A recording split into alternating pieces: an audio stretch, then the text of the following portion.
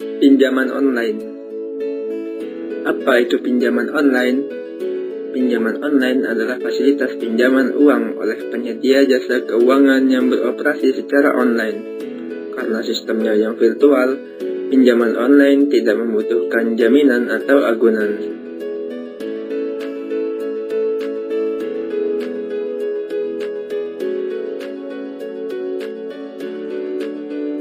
Jenis-jenis pinjaman online. Yang pertama, dana tunai. Jika mendapatkan pinjaman dana tunai, peminjam langsung dapat menggunakannya untuk kebutuhan mendesak. Yang kedua, pinjaman usaha. Jenis pinjaman usaha yaitu usaha online yang ditujukan kepada pelaku usaha online di semua platform. Cukup dengan modal KTP dan rekening koran, pengusaha online perorangan pun bisa mengajukan pinjaman dengan mudah. Manfaat pinjaman online. Yang pertama, pengiriman dana secara cepat.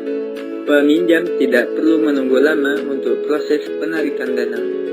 Yang kedua, persyaratan yang tidak terlalu rumit. Syarat yang perlu diajukan hanya KTP dan foto diri peminjam. Yang ketiga, meminjam tanpa menggunakan kartu kredit atau jaminan. Dengan cara ini, peminjam tidak perlu kesusahan karena tidak ada kartu kredit atau jaminan. Yang keempat, semua bersifat online. Maksudnya, peminjam tidak perlu harus datang ke suatu tempat dikarenakan seluruh alur mulai dari pendaftaran hingga penarikan dana semuanya dilakukan tanpa tatap muka.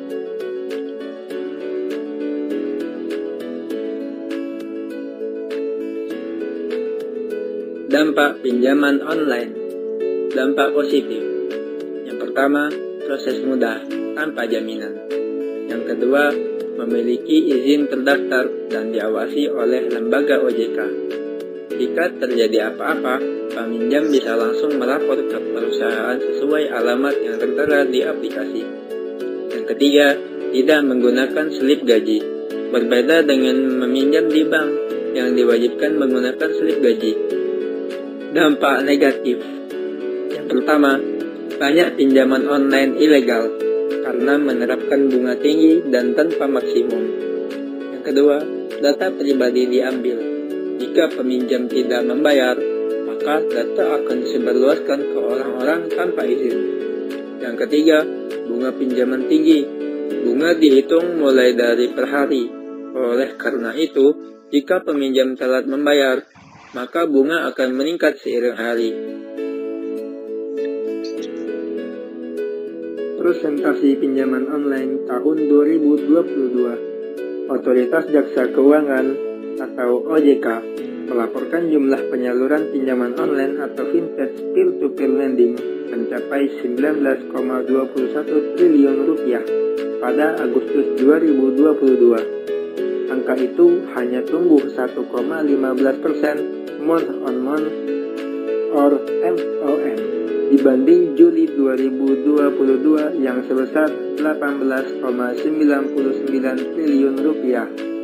Namun, jika dibandingkan tahun lalu, penyaluran pinjaman vintage P2P lending meningkat sekitar 28,49% year on year or YOY dibanding Agustus 2021 yang jumlahnya 14,95 triliun rupiah.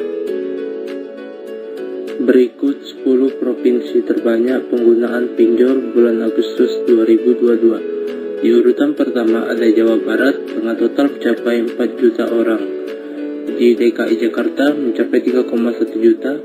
Di Jawa Timur mencapai 1,6 juta, di Banten mencapai 1,3 juta, Jawa Tengah mencapai 1,2 juta, Sumatera Utara mencapai 417.672 ribu, Sumatera Selatan 305.792, Yogyakarta 258.827 ribu, Lampung 245.920, Sulawesi Selatan 236.474 ribu.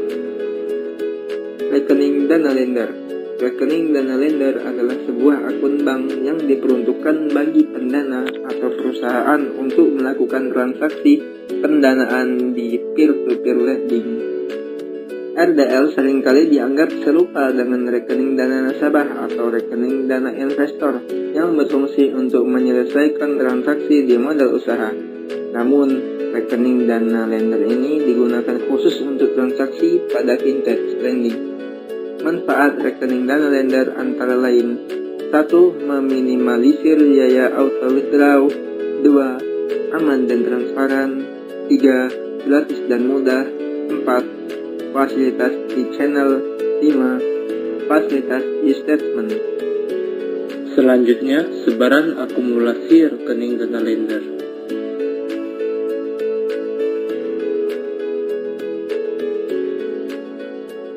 Rekening dana borrower (RDB) adalah rekening BNI atas nama borrower yang terintegrasi dengan sistem iGrow yang akan difungsikan untuk menerima dana dari lender disbursement atau sebagai rekening penampungan untuk pengembalian dana ke lender (e-payment).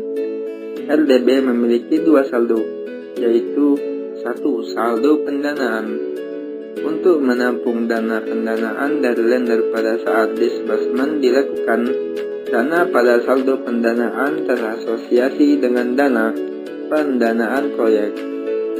2. Saldo pengembalian untuk keperluan top-up prepayment. Dana pada saldo pengembalian tidak terasosiasi dengan dana pendanaan proyek.